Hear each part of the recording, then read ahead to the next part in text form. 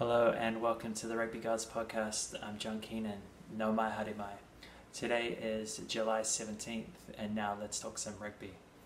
So yeah, apologies. I did actually have a podcast good to go, or pretty much good to go, but due to technological problems, basically it was a bit of a blowout. So I'm just going to basically do a really quick sort of like 5-10 minute just check-in here. It's not going to be a full podcast or a real podcast. It's going to be a really quick check-in.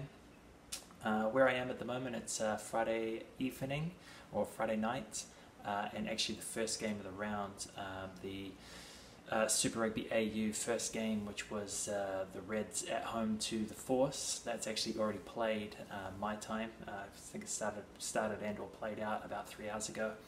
So yeah, I know the result for that, or I know that. Basically, Reds got the win at home, which I was kind of expecting.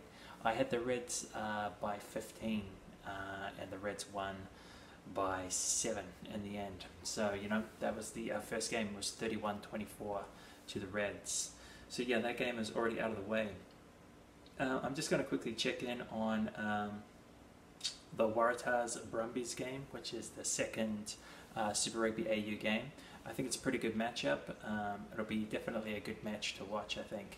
Both teams, I've had a look through the lineups, both teams sort of, complement and or compete with each other, I think, very well.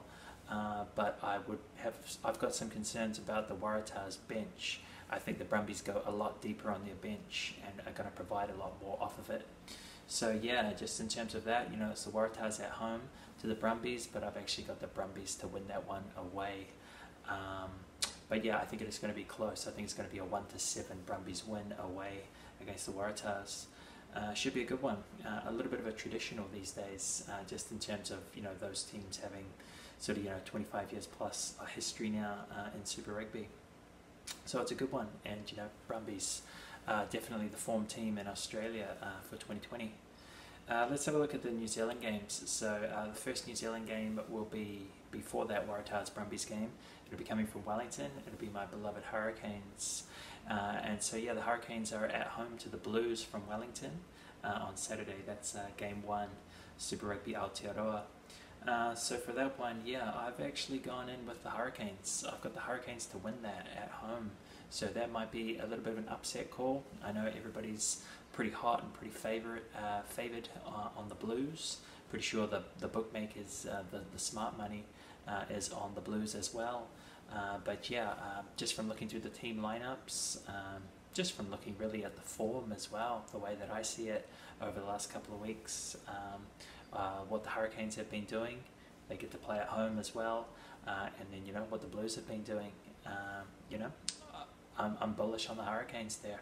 So yeah, it's definitely going to be a fairly tight one. I've got it 1-10, or I've got it inside of that margin, 1-10 for the Hurricanes. So yeah, and then final game of the rounds, second New Zealand game, second Super Rugby Aotearoa game, which will be on the Sunday. It'll be the Chiefs at home to the Highlanders from Hamilton. And again, I'm pretty bullish on the home team there, the Chiefs. I've got them to win that one by a 1-10 margin over the Highlanders. Again, I think Chiefs have got a lot of quality. They've gone very experienced around Caleb Trask. They've given the young man, the start at 10 with Cruden on the bench. I think that's pretty smart. I think Cruden provides more energy off the bench than Trask. Obviously, he can come on at half-time if need be, or later in the game if things are going well. And then obviously the Chiefs have really loaded up around the youngster, Weber at halfback, and Titoiro Tahurirangi is the backup or the deputy halfback, so he's quite experienced now too. And then in the midfield, they've got Anton Leonard-Brown back, and they've gone with Alex Nankerville as well. So there's going to be a lot of experience around the young Caleb Trask, and then obviously he's got essentially Dad. He's got Cruden on the bench, to come on if things go absolutely pear-shaped.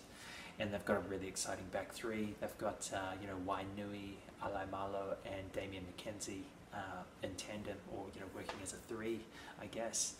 A back three. So yeah, I'm pretty good, pretty big on the Chiefs. They've had 2 weeks to prepare for this. It's their second home game. A bye was in between those two home games, but they've really been home or at home or in Hamilton for a solid 3 or 4 weeks now. And it's kind of like 2 home games with a bye. So you would and this is Highlanders' second week in a row, kind of on the road away from Dunedin.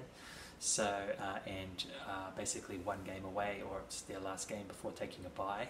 So the 2 teams are coming into this, one very rested and at home, one a little bit gas tanked after having to go big for tackles against the Hurricanes and the Crusaders.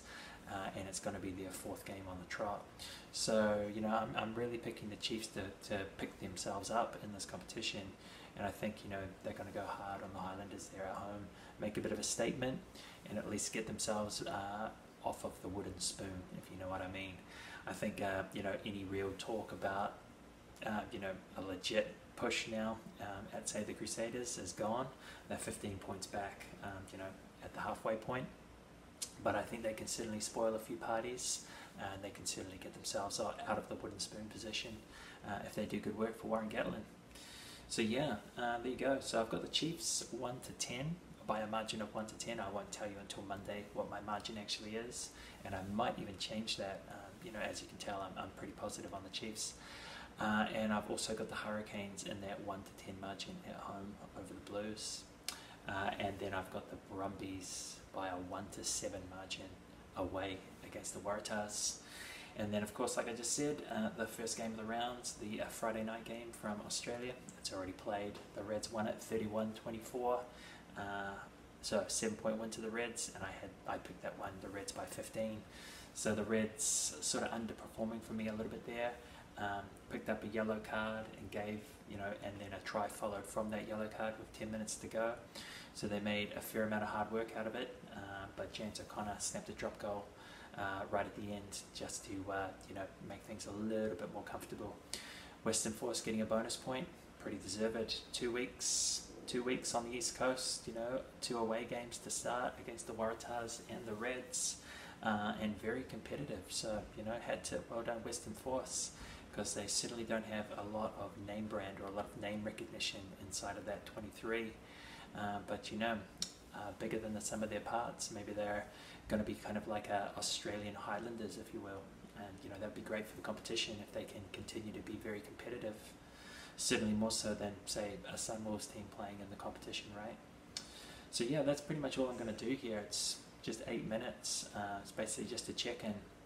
Like I said, I had something like a 45-minute podcast pretty much good to go. I was almost finished doing it and just about to sign out, and then my tablet that I'm using for recording purposes here, basically it packed a sad on me, and I kind of lost it. So or I couldn't really complete the video. I kind of broke it up, so I just decided to delete it and just write it out or write it off.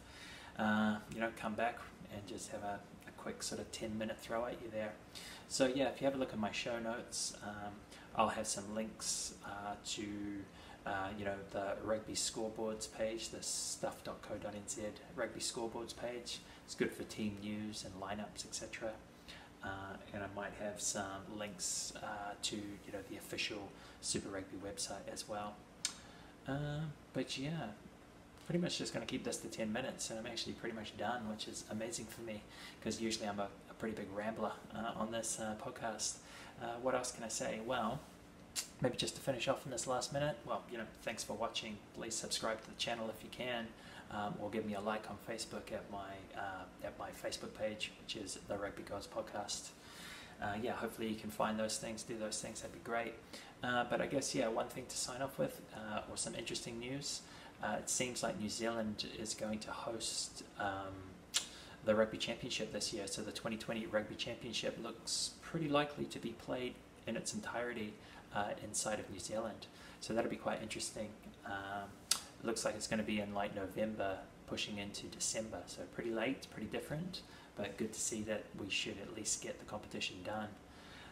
And if that does fall over though, it looks like the backup sort of option might be 5 test matches, 5 Bledisloe Cup test matches, perhaps 2 in New Zealand and 3 in Australia. And I've got to tell you, I would be much happier if we played Australia a couple of times inside of the Rugby Championship, maybe played them a third time for a Bledisloe 3, but I would really love to see South Africa and Argentina turn up in New Zealand. I think that'd be much more enjoyable for the rugby fans around the world, and just for New Zealand actually, to be honest, if we were playing against all the SANZAAR teams rather than just Australia 5 times. So yeah, hopefully New Zealand government and SANZAAR can get the Rugby Championship up and running, and play the whole tournament inside of the New Zealand bubble in sometime in November, pushing into December seems to be the shout. So that's cool. A little bit more international rugby, coming onto the books. But yeah, now I've officially done it. I'm pretty much done. So thank you very much. Ka kite anō. I'll see you again. Enjoy the weekend. I'll be back with a good, big, deep preview on Monday. Bye-bye.